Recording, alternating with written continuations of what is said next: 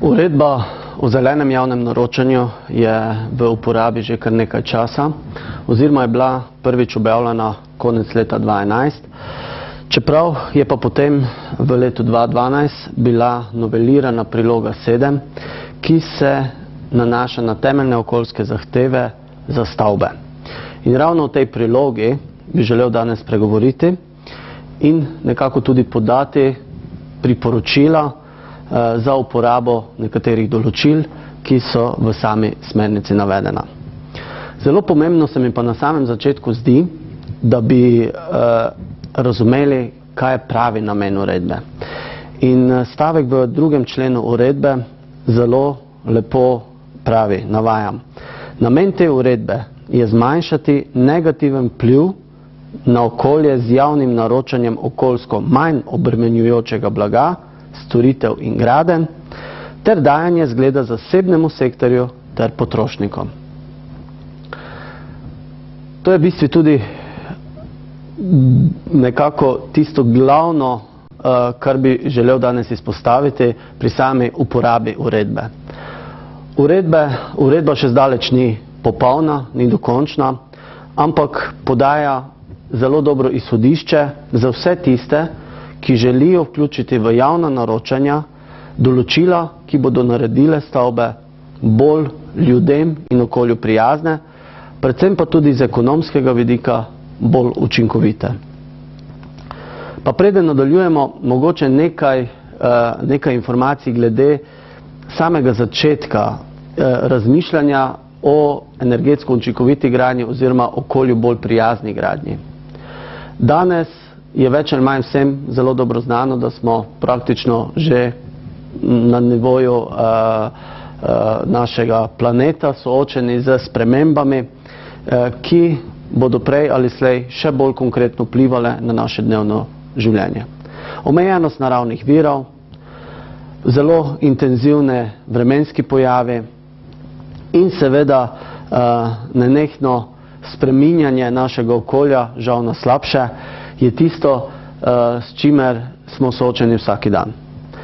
Ampak že v sredini 70. in začetku 80. let je bilo področje centralne Evrope soočeno z intenzivnim umiranjem gozda. In takrat je ali se to dotaknilo zelo široke množice ljudi, ne samo okoljevarstvenikov in, kar je zelo pomembno, tudi politike. In že takrat so se začela gibanja in razmišljanja v smeri varovanja okolja in zmanjševanja vpliva, ki ga človek ima za svojim dejanjem na prostor, v katerem biva. V zadnjem času pa seveda tudi ne moremo mimo dejstva, da se stroški povezani z obratovanjem stavb, predvsem vezano na energijo, ki jo stavbe rabijo, izredno višajo, kar seveda ima spet nekako svoje vzroke v naravi. Omejenost pitne vode, omejenost virov energije, oziroma na drugi strani tudi vedno večja poraba energije so privedle do tega, da cena energije nenehno raste. In ravno javni sektor, ki razpolaga z javnim denarjem, je zelo pomembno, da se obnaša zelo racionalno in zelo odgovorno, ko govorimo o sami energiji in stroških povezanih z tem. Nekaj številk, ki dejansko ponazarja sam vpliv stavb in stavbnega sektorja, s katerim smo soočeni danes. Poraba pitne vode, poraba energije, izpusti CO2 in seveda tudi poraba surovin ponazarjajo, kako velik porabnik tega bogatstva so pravzaprav stavbe. Zraven tega bi veljalo še tudi omeniti odpadke, ki prav tako nekje predstavljajo velik, oziroma odpadki, ki nastajajo zaradi stavb in dejavnosti povezanih s stavbom, predstavljajo nekje cirka 50% vseh odpadkov, ki so povzročeni na zemeljski obli. In zaradi tega je ta potencial izboljšanja izredno velik. In v nekem predavanju sem enkrat zasledil, da če bi danes uporabili znanje, ki nam je na voljo in dostopno, bi lahko nemudoma za 50% zmanjšali ta negativen vpliv, ki ga imajo stavbe in s stavbami povezane aktivnosti na naše okolje. Tako da skrajni čas, da se tega lotimo. In skrajni čas ravno tudi v javnem sektorju, da gradimo stavbe, ki bodo povzročale bistveno manjše stroške energije, porabljale bistveno manj surovin, vode, na drugi strani pa za svojo zasnovo ponujale uporabnikom zdravo bivalno okolje. In prav tako z večjimi študijami je dokazano, da v tako imenovanih zdravih, trajnostnih stavbah naraste storilnost, naraste učni uspeh, ljudje izostajajo manj zaradi bolniške in vse to potem na koncu privede seveda tudi do večjega zadovoljstva uporabnikov oziroma prebivalcev v takih stavbah. Preden nadaljujemo z uredbo, je še enkrat potrebno razbiti en tabu. Namreč še danes velikokrat smo soočeni z trditvami, da je trajnostna gradnja oziroma energetsko učinkovita gradnja finančno zelo zahtevna. Mogoče je to v preteklosti na začetku razvoja teh tehnologij res bilo temu tako, ampak danes, ko so te tehnologije, ta znanja bistveno bolj dostopne, proizvodnja bistveno bolj masovna, so se tudi cene bistveno znižale.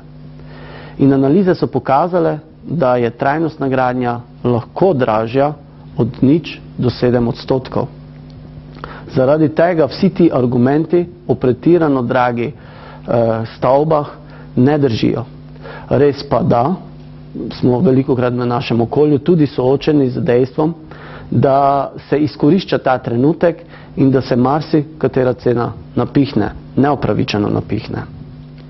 Prav tako je dokazano, da se že v prvem letu stroški povezani z obratovanjem stavbe znižajo lahko do 9%. In iz tega izvira, da ko se odločamo za samo investicijo, opazujemo celotni življenjski cikel stavbe, zelo hitro pridemo v področje, kjer so nekateri ukrepi, če tudi nekoliko finančno zahtevnejši, hitro izplačljivi. In to je ravno pri javnih stavbah, ki bi morale trajati zelo dolgo, služiti ljudem in družbi zelo dolgo, zelo pomembno. Zakaj se je potrebno v pravem trenutku odločiti za prave ukrepe, prikazuje ta graf. In v tem delu, se pravi na samem začetku projekta, zelo jasno nakazuje, da odločitve, ki so sprejete na začetku projekta, lahko bistveno prispevajo k zmanjšanju stroškov. In bolj pozno sprejemamo te odločitve, manjši vpliv imamo na nastanek stroškov pri samem projektu. Istočasno lahko opazujemo dve krivulji, in sicer krivuljo stavbe oziroma stroškov za stavbe, kjer ni upoštevan celotni življenjski cikel, in krivuljo v rdeči barvi, ki prikazuje dejansko stroške tudi med uporabo in investicijo, kjer smo upoštevali celotni življenjski cikel. In tu je tista razlika, ki lahko nastane na finančnem delu, se pravi stroški stavb, kjer smo upoštevali celotni življenjski cikel stavbe, so med obratovanjem lahko bistveno nižje, seveda ob minimalnem porastu investicije. Še eno zelo pomembno dejstvo, katerega se marsikdo ne zaveda, tako na strani naročnikov, kot žal tudi na strani strokovnjakov, arhitektov in drugih projektantov. Namreč pravilna oziroma prava arhitekturna zasnova v bistvenem določa energetske potrebe neke stavbe. In zaradi tega je prava zasnova stavbe zelo pomembna in odločujoča, ko govorimo o trajnostni gradnji oziroma o gradnji, ki bi naj bila energetsko učinkovita in seveda tudi skladna z merili uredbe o zelenem javnem naročanju. To odgovornost imajo arhitekti, imajo projektanti in se morajo tudi skladno z temi potem ustrezno odločati. Uredba, ki je trenutno v veljavi, kot že navedeno, ni čisto popolna in pušča veliko prostora za različne interpretacije. Kot pa rečeno, je pa pravi korak v smeri boljših stavb, bolj trajnostnih stavb in seveda ponuja vsem tistim, ki to želijo, zelo dobro osnovo, da svoja javna naročila naredijo bistveno boljša iz vidika trajnostne gradnje. In vsem tem je tudi namenjena današnja predstavitev, skratka predstavitev možnosti, kako se da interpretirati zahteve iz uredbe in vključevati v naročila javnih stavb. Za lažje razumevanje mogoče samo razlaga pojma temeljne okoljske zahteve, ki se v sami uredbi pojavlja večkrat. Temeljne okoljske zahteve po domače pomenijo, da so to minimalne zahteve, ki jih naročnik mora, če ravna skladno z uredbo, vnesti v javna naročila, ki se tičejo gradnje, obnove stavb oziroma naročila ustrezne opreme. V 4. členu, drugem odstavku, je zelo jasno zapisano, da naročnik mora upoštevati zahteve uredbe in jih mora vnesti v samo javno naročilo. Kajti velikokrat se pojavlja dvom o tem, oziroma kot omenjeno, marsikdo porabi bistveno več energije, kako se izogniti določenim zahtevam v sami uredbi, namesto tega, da bi iskal priložnosti iz uredbe in jih vnesel v samo javno naročilo. Ampak uredba sama govori zelo nedvoumno o tem, da je potrebno ta načela jasno vnesti v samo naročilo. In poglejmo, kaj pravi sama praksa. Namreč v nedavnem javnem naročilu oziroma objavi za zbiranje ponudb za samo energetsko obnovo nekega javnega objekta je bil objavljen v razpisni dokumentaciji ta stavek, katerega ne bom prebiral, ampak to je edini stavek, ki se nanaša v tem celem besedilu javnega zbiranja ponudba na uredbo o zelenem javnem naročanju. Mogoče si velja zapomniti besedno zvezo tehnične sposobnosti ponudnika, ki so tu omenjene, ampak jih v sami uredbi ne zaznamo. Pa dajmo mogoče vseeno pogledati ta 4. odstavek v 6. členu, na katerega se tisti stavek navezuje. V tem 4. odstavku zelo jasno piše, da je potrebno upoštevati te zahteve in načela. Vendar pa vseeno ne moremo dati prav uporabi tistega enega stavka v javnem naročilu, kajti uredba zahteva več. Uredba zahteva vnos tudi minimalnega deleža pri izbiri ponudbi, se pravi, ne sme biti izbira, končna izbira, odvisna samo od enega kriterija, ampak morajo biti v določenem deležu v ocenjevanje vključene tudi kriterije uredbe. In tega ni bilo storjenega, se pravi, kolikor sam razumem uredbo, je tisti, ki je objavil tak razpis, dejansko kršil zakon in objavil razpis, ki ni skladen z uredbo. Ampak tudi v tem 4. členu bi si sam osebno želel, da bi nekatere zahteve bile napisane bistveno bolj enostavno in tudi mogoče za nestrokovnjaka bolj razumljivo. Ampak neodvisno od tega lahko samo ugibamo, kaj je v tem javnem pozivu bil edini kriterij za izbor ponudnika. Seveda najnižja cena. In tu je v bistvu potem spet stara zgodba, s katero smo soočeni v Sloveniji že dlje časa, se pravi, da kljub temu, da imamo veljavno uredbo, členi oziroma zahteve iz te uredbe niso vključeni v javno naročilo. Pa dajmo vseeno preiti na samo uredbo, ki se dotika dveh ključnih področij. Na eni strani je to projektiranje, na drugi strani sama gradnja oziroma izvedba stavb. Projektiranje od idejne zasnove pa praktično do projekta o izvedenem stanju. Gradnja stavb pa se nanaša tako na samo gradnjo, kakor tudi na redno investicijsko vzdrževanje oziroma tudi nabavo opreme za stavbe. Ponovno velja za samo uredbo, da se tudi v besedilo v tej prilogi 7 zelo jasno navaja, da je potrebno okoljske zahteve obvezno opredeliti v projektni nalogi in da se te okoljske zahteve štejejo za tehnične specifikacije. Pa si dajmo pogledati nekoliko bolj natančno zahteve oziroma priporočila, ki se nanašajo na samo projektiranje. V začetku je v bistvu opis samega naročila in mogoče v tej točki ni najbolj relevantno, vendar pa že pod točko 7.1.2 se navajajo pogoji za ugotavljanje sposobnosti.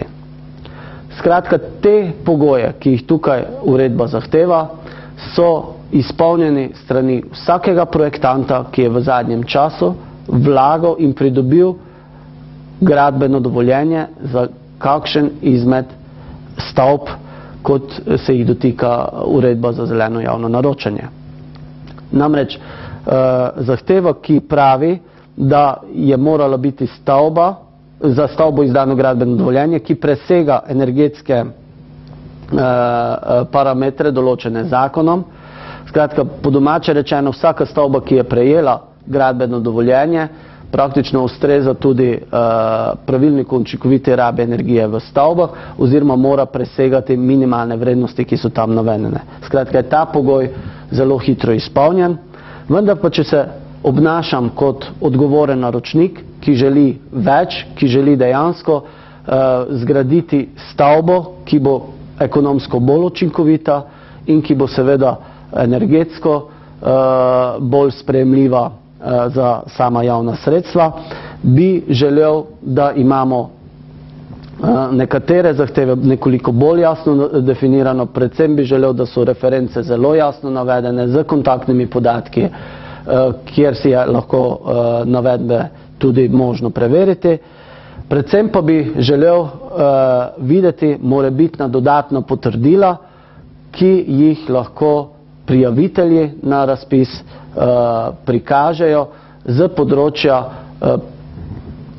pridobitev dodatnih znanj, bodisi skozi formalno, bodisi skozi neformalno izobraževanje. Ustrezna dokazila bi v mojem primeru pomenile dodatne točke. Ko govorimo o tehničnih specifikacijah, imamo v uredbi zahtevo, ki govori, katere merila bi naj projektant pri projektu upošteval in tudi izpolnjeval. Sama izjava je po uredbi dovolj, da je zadoščeno zahtevi, vendar pa kot naročnik se z tem ne bi zadovoljil. Namreč želel bi videti konkretne podatke o rabi energije, kajti takrat mi je možno tudi primerjati eno rešitev z drugo in lahko na ta način tudi ustrezno vrednotim rešitve. Želel bi imeti jasen prikaz predvidenih ukrepov za učinkovito rabo vode, opise, kako bomo ravnali z odpadki, kakšne materijale bomo uporabljali konkretno in seveda na kakšen način bomo izboljšali bivalne oziroma delovne pogoje v sami stavbi.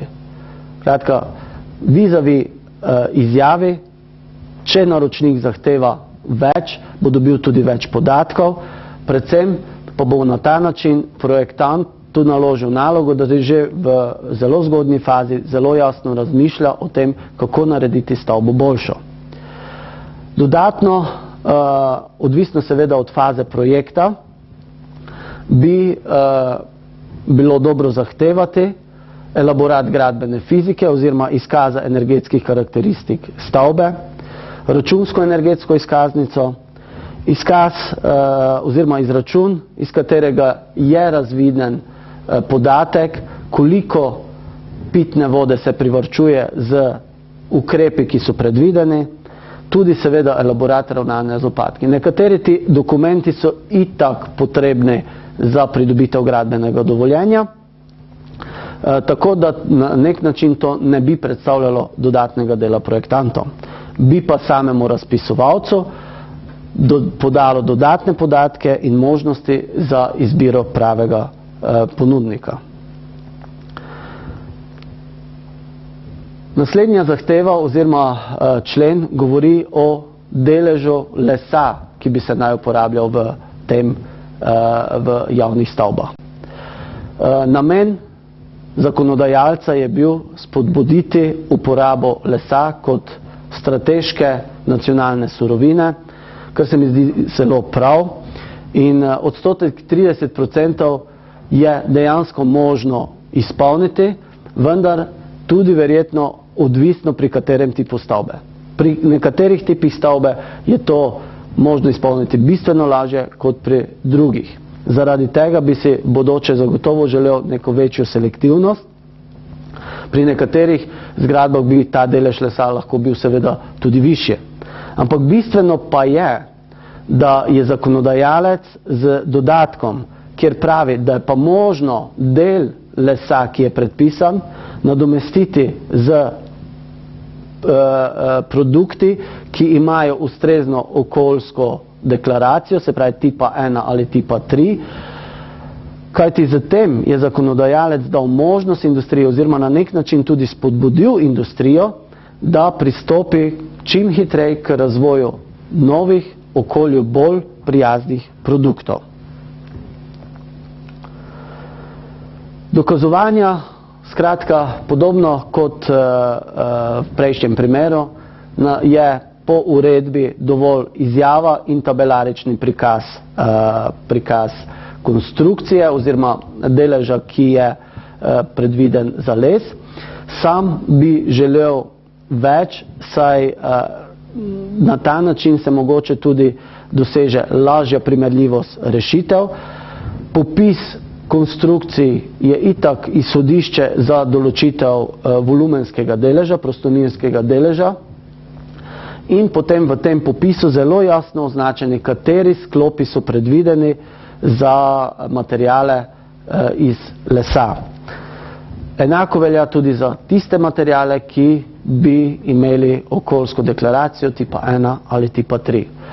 Ta tabelarični prikaz, kot že rečeno, bi olajšal naročniku primerjavo rešitev in zatem tudi bistvi vrednotenje v nadaljevanju. Tudi kar se tiče nevarnih snovi v produktu, če projektant izjavi, kar je sicer dovolj, če sledimo uredbi, da ne bo projektiral stavbnih elementov, ki vsebujejo nevarne snovi, na nek način zadosti uredbi, ampak še zdaleč s tem ni zagotovljeno, da je poiskal prave rešitve, ki ne vsebujejo nevarnih snovi. Tako načrtovalcem, kot tudi potem naročnikov in izvajalcev bi bila v veliko pomoč priloga, ki bi prikazovala stavbne elemente, v katerih se določene nevarne snovi lahko pojavljajo. Takrat bi lahko vsi vključeni v projekt posvetili večjo pozornost, projektanti pa bi lahko zelo jasno navajali, katere produkte so uporabili in katere produkte ne bodo uporabili oziroma jih bodo zamenjali z okolju bolj sprejemljivimi produkti. Tudi priloga nekega vzorčnega tehničnega lista, ki jasno izkazuje karakteristike tega produkta, bi bila zaželjena, kajti zatem v zelo zgodnji fazi, se pravi že v fazi projektiranja, na nek način prisilimo projektanta, da razmišlja o katerih produktih oziroma katere produkte lahko uporabi v projektu. Varčevanje z vodo in uporaba deževnice in tudi v bistvu tako imenovane sive vode je naslednje zelo pomembno področje v kontekstu razvoja trajnostnih stavb in zakonodajalec je za to točko, mislim, da naredil zelo konkretne korake v tej smeri, ko je predpisal, da morajo biti uporabljene tako kotlički za splakovanje, kot tudi pisuarji z karakteristikami, ki zmanjšajo porabo vode. Prav tako pa morajo v projektu že biti predvideni koncepti uporabe deževnice in sive vode. Ponovno izjava na nek način zadosti zahtevi uredbe, ampak kot naročnik bi vseeno želel videti konkretne rešitve, konkretne navedbe predvidenih ukrepov tako na strani vgradnje elementov, ki porabijo manj vode, ponovno dokazano ali podkrepljeno z ustreznimi tehničnimi listi, na drugi strani pa seveda jasno navedene in označene ukrepe v projektni dokumentaciji, na kakšen način in kako se bo uporabila deževnica oziroma vračala siva voda v sistem. Merilo nižje porabe energije. Z tem se želi spodbuditi načrtovanje stavb, ki bodo porabile čim manj, za svoje delovanje čim manj primarne energije. Žal v sami uredbi ni navedena metodologija, po kateri se to določa, čeprav imamo za to orodje, kot je gradbena fizika, v kateri dobimo ta podatek in bi ga lahko jemali kot izhodišče. Vendar v bodoče bi bilo bistveno boljše definirati okvir oziroma robne pogoje, z katerimi bi določili, kateri delež porabljene energije se upošteva pri prikazu primarne energije. In enotna metoda za vse projektante, enotno predpisana metoda je zelo pomembna, kajti šele takrat bodo rezultati med sabo tudi primerljivi. Ustrezna formula potem omogoča, da rešitve med sabo primerjamo in jih tudi vrednotimo ustrezno z kvaliteto projekta. Ampak vseeno bi želel izpostaviti, da je na strani naročnika potrebno imeti kompetentno osebo, ki lahko dejansko preveri prikazane številke, da te številke ne bi bile, narekovajo, ponarejene za namen pridobivanja posla. Sama izjava, da je vse ok, se mi zdi nezadostna zahteva, bi pa želel izpostaviti v tem primeru, da bi moral ta delež oziroma ta kriterij znašati najmanj 10% kriterijev, za izbiro ponudnika. In kot smo na samem začetku ugotovili, praksa je nekoliko drugačna, še vedno žal velja kriterij najnižje cene, ne glede na to, da uredba zelo jasno navaja, da je potrebno tudi ta kriterij in še nekatere druge vsaj z 10% deležem upoštevati pri izbiri najugodnejšega ponudnika. Da bi naredil rezultate oziroma ponudbe projektantov primerljive, bi priporočal, da se kot izhodišče jemlje elaborat gradbene fizike, skladen z tehnično smernico in izkaz energijskih lastnosti stavbe.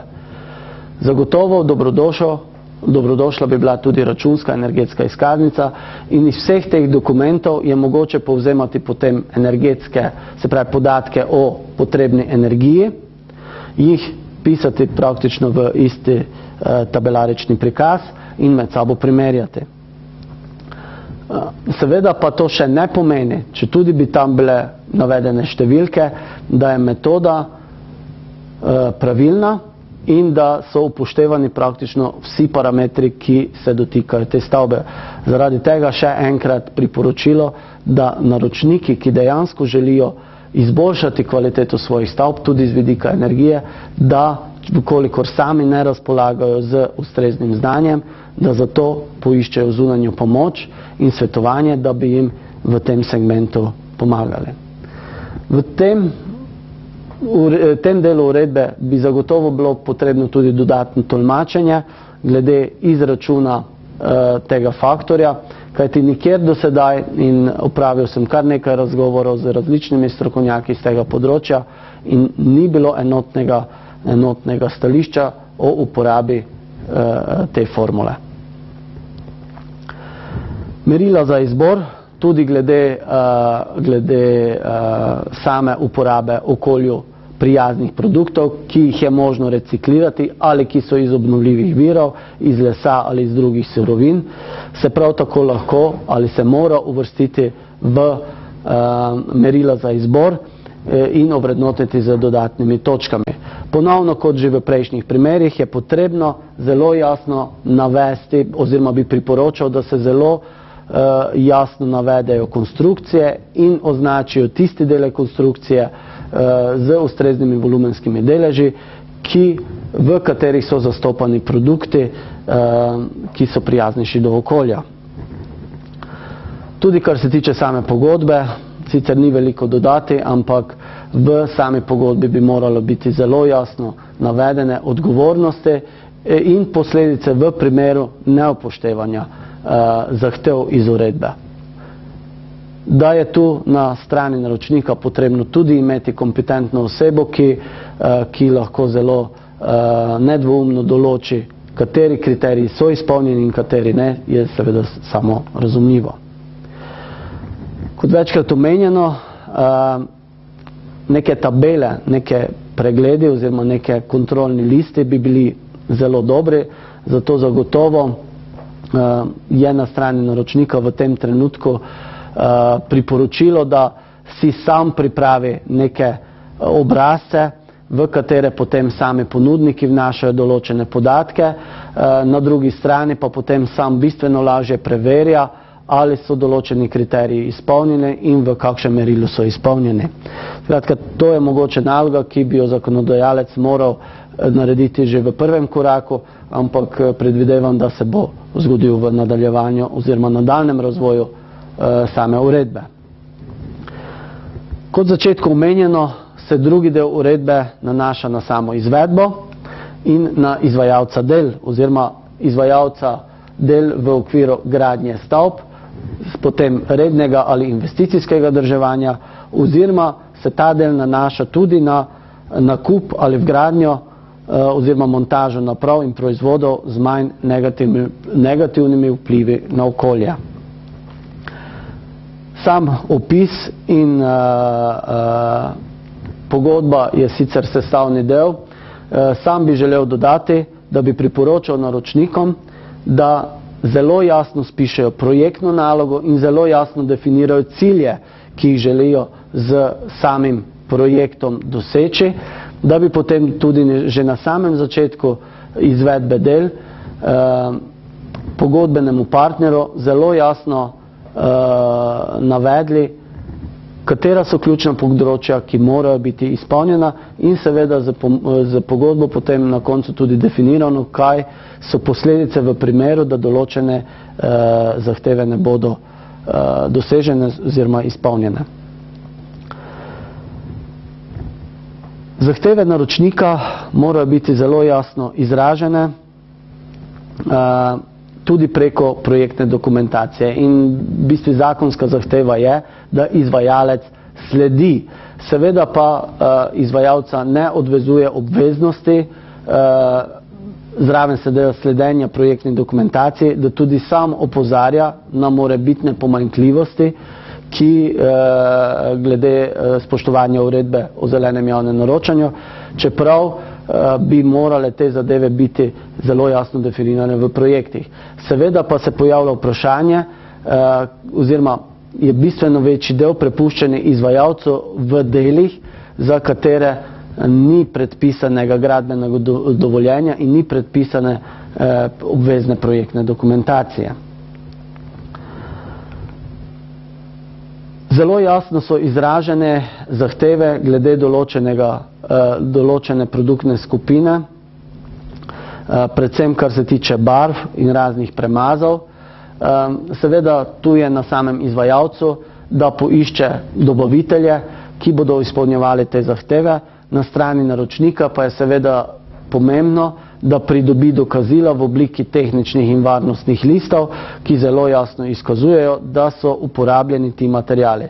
Preko dobavnih listov, preko seveda samega nadzora na gradbišču, pa je potem tudi naročnik dolžan spremljati, ali so dejansko vgrajeni materiali, ki so bili tudi ponujeni in ki seveda izpolnjujejo določene zahteve. Tudi glede gradbenih proizvodov, ki vsebujejo druge nevarne snovi, velja zelo podobno. Kratka, izvajalec mora v svoji ponudbi, zraven tega, da se zaveže z izjavo, da bo izpolnjeval to zahtevo, priložiti tudi ustrezne dokaze o dobavi in v gradnji produktov, ki vsebujejo manj teh nevarnih snovi in ki so skladne z navedenimi standardi.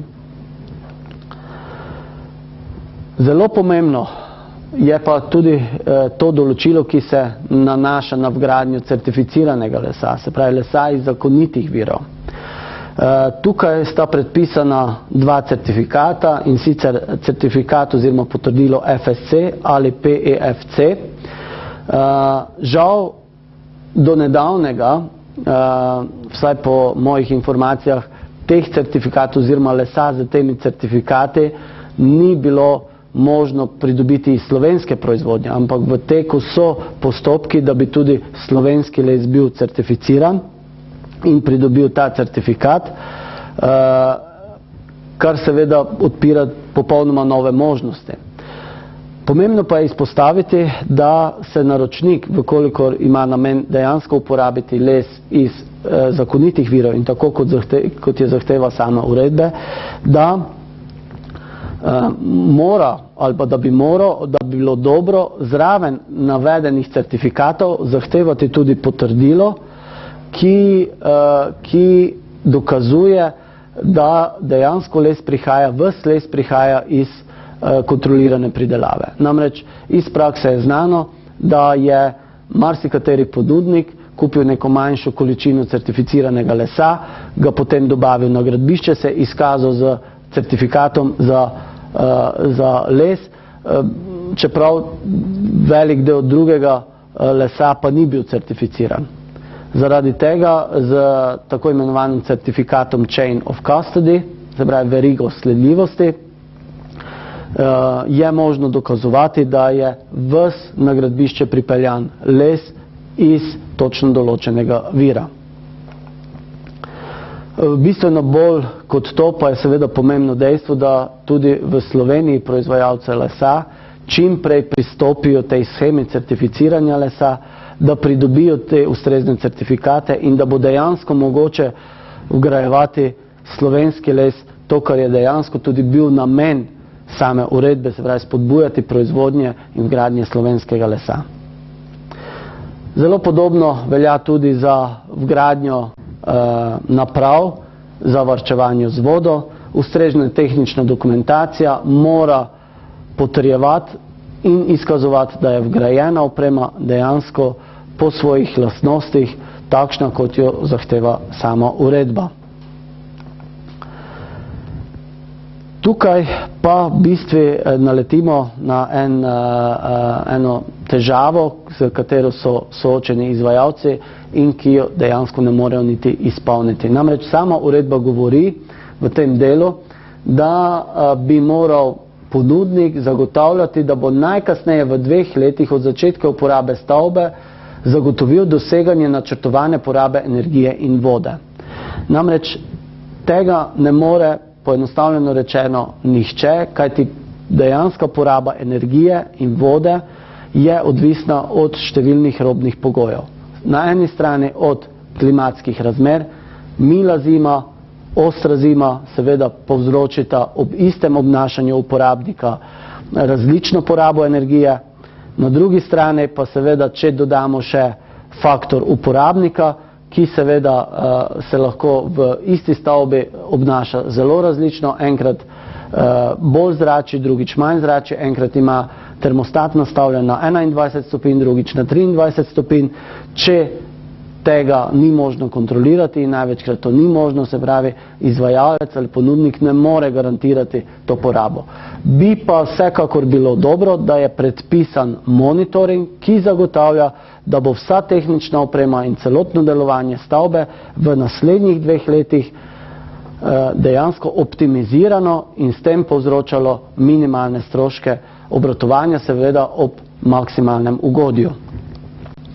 Da jim mora ponudnik na koncu del predati celotno dokumentacijo, uvesti tudi uporabnika v uporabo stavbe, je na nek način že veljavna zakonska zahteva in podobno velja tudi, kar se tiče preverjanja.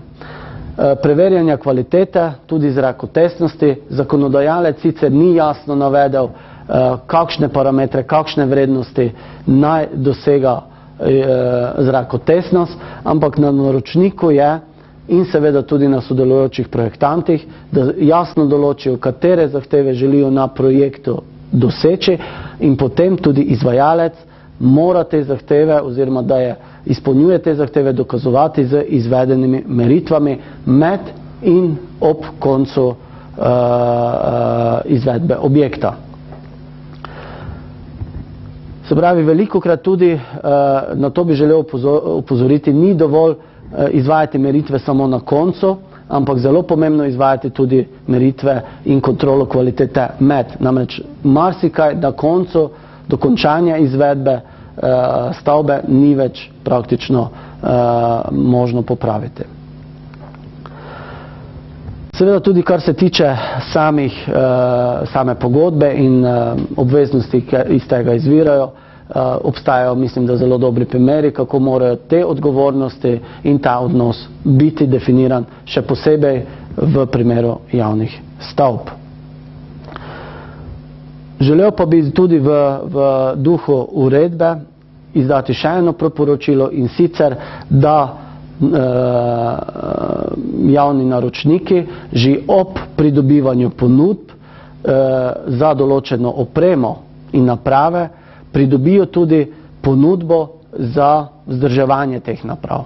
Namreč zelo pogosto se soočamo z dejstvom, da je sicer neka naprava ob nabavi cenejša kot druga, ampak so potem stroški vzdrževanja in stroški nadomestnih delov bistveno dražje, kot bi morebiti bili pri nekoliko dražje napravi. Tudi intervale, v katerih je potrebno izvajati neka popravila oziroma neko tekoče vzdrževanje, so lahko daljši ali so lahko krajši. Skratka, naj je pri izboru produktov oziroma naprav tudi to eden izmed kriterijev, skratka, kajti bistveno vpliva na obratovalne stroške. Vzdrževanje naprav pa je tudi zaradi zagotavljanja ustreznih higienskih pogojev velikokrat nujno. Podobno kot v fazi projektiranja, bi tudi pri fazi izvedba bilo potrebno ze strani zakonodajalca pripraviti neko checklisto, se pravi neko listo, po kateri bi lahko naročniki bistveno lažje preverjali, ali so izpolnjene vse zahteve iz uredbe. Na drugi strani pa seveda tudi ponudniki se bistveno lažje orientirali, kaj dejansko morajo izpolnjevati oziroma katere zahteve morajo izpolniti. Prepričan sem, da se bo v nadaljnjem razvoju uredbe ta dopolnila tudi z takimi elementi. Mogoče še besedo ali dve o samih merilih. Skratka, merila za izbor pri projektiranju in pri sami gradnji, ampak potrebno je vedeti, in to, kar se žal v praksi ne dogaja, da bi zahteve oziroma priporočila iz uredbe morale biti del meril pri izboru najugodnejšega ponudnika. Kot rečeno, temu v praksi velikokrat ni tako in sicer določena merila bi morala biti enostavno izpolnjena in delež oziroma težo teh meril bi lahko naročnik določil sam, teoretično od 1% pa tudi do 15 in več. Določena merila pa je jasno predpisano, da njihov delež mora znašati najmanj 10%. In same kriterije velikokrat preverjamo potem, ali so izpolnjeni ali ne, oziroma dobimo za njih minimalno 10% točk v celotni oceni. Se pravi, pri projektiranju se dotikamo navedenih meril, se pravi, merila, ki govorijo o znanju o zeleni oziroma trajnostni gradnji, nižja poraba energije, delež uporabljenega lesa ali lesnih tvoriv, gradbeni proizvodi, ki temeljijo na obnovljivih ali recikliranih surovinah, varčna raba vode in uporaba deževnice oziroma prečiščene odpadne vode. Skratka, vsa ta merila bi morala biti vključena v razpis in tudi jasno ovrednoteno, oziroma bi moralo biti jasno navedeno, kakšnem deležu predstavljajo, končne ocene predstavljajo ta merila. Pri izvedbi del je podobno, ampak je meril bistveno manj. Imamo merilo les iz zakonitih virov in varčna raba vode. Prav tako bi moralo biti zelo jasno navedeno, v kakšnem deležu so ta merila zastopana v končni oceni pri izboru samega ponudnika, kar pomeni, da tisti kriterij najnižje cene več ne bi smel veljati, ampak bi k tistemu kriteriju morala biti dodane še nekatera merila. Ja, sama uredba lahko predstavlja za naročnika seveda probleme, seveda pa veliko raje vidimo, da je to nek izziv, ki sicer predstavlja v samem začetku nekaj več dela, nekaj več truda, ampak kar je zelo pomembno, da je uredba priložnost za vse javne naročnike, da naredijo stavbe ekološko boljše, kakovostne, ekonomsko bolj učinkovite, da so s tem ustvarjene bistveno bolj zdravi in ugodni bivalni oziroma delovni pogoji, da stavbe imajo višji nivo tehnične dovršenosti, predvsem pa za naročnika zelo pomembno, da bi, vkolikor bi dejansko sledili tudi navodilom iz uredbe o zelenem javnem naročanju, da bi lahko bilo obvladovanje procesov in vseh aktivnosti povezanih z gradnjo stavb, pa tudi seveda vzdrževanjem, bistveno bolj obvladljivi.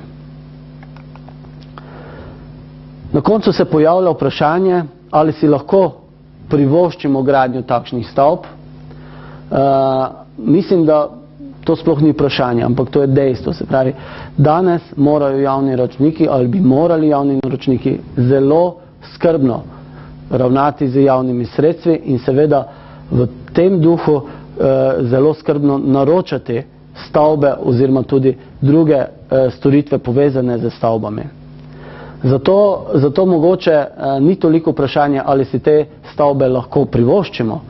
Veliko bolje vprašanje, ali si danes sploh lahko privoščimo, da več ne gradimo trajnostno, ne gradimo energetsko učinkovito. In sam sem prepričan, da si tega ne moremo privoščiti. Kot med samo predstavitvijo omenjeno, so identificirane nekatere pomanjkljivosti, ki seveda puščajo mogoče malenkost preveč prostora za različne interpretacije same uredbe. Upam, da bodo te pomanjkljivosti v prihodnje odpravljene. Vsekakor pa uredba predstavlja dovolj izhodišč za vse tiste naročnike, ki želijo svoje stavbe narediti kvalitetnejše, okolju bolj prijazne, bolj trajnostne in, kar ne gre pozabiti, ekonomsko učinkovitejše. To pomeni neko racionalno izbiro pri investiciji, predvsem pa bistveno nižje stroške med fazo uporabe. In ponovno priporočilo naročnikom, vkolikor sami ne razpolagajo z ustreznimi znanji, na vsak način poiskati ustrezno pomoč na ustreznih institucijah, ki vam bodo vedeli svetovati. Upamo, da je z samo uredbo narejen korak v smeri bolj trajnostnih stavb. Stavb, kot jih danes občudujemo in so stare 1000, nekatere celo 2000 let. Občudujemo tehnično znanje takratnih strokovnjakov in seveda tudi pogum naročnikov, da so jih realizirali. Upamo, da je sama uredba o zelenem javnem naročanju en majhen korak v tej smeri, da bodo tudi naše oziroma stavbe, javne stavbe, ki jih gradimo danes, nekega dne